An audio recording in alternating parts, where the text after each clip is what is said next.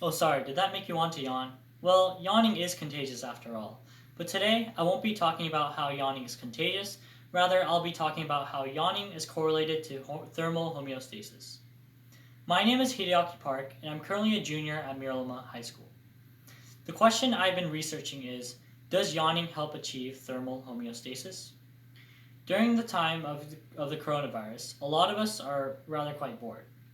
Yawning often occurs when individuals are bored to stay alert. This is why it's said to be a way of communication because of how it is contagious and allows others to stay alert through yawning. Yawning is contagious because of how people can mimic the behavior by simply seeing, thinking, or hearing yawns.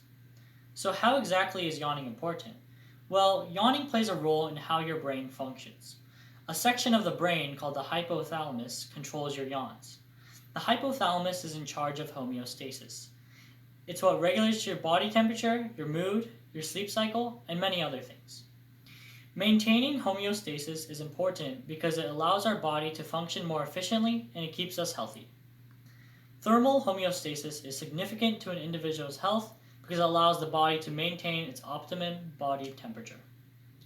From my research, I learned that yawning actually cools down your brain. It can almost be seen as the air conditioner of a house, the house being the brain. Cooling down the brain allows things such as exhaustion, stress, and poor sleep schedules to go away. This makes sense because of how exhaustion, stress, and poor sleep schedules occur when your brain is heated. This implies that yawning is an example of a thermoregulatory mechanism. This essentially means that it's an internal mechanism which allows our body to maintain within optimum conditions. So, my hypothesis for this research project was if yawning cools down the brain, then stress, exhaustion, and problems in our sleep cycle will be reduced. So, the experiment I thought of for this research project was to get 100 people, 50 male and 50 female participants. I would then have them sign a consent form to be part of the experiment.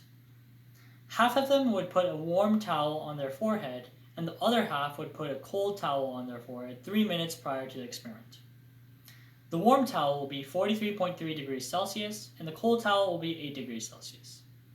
I would then show the participants a 1-minute video of people yawning.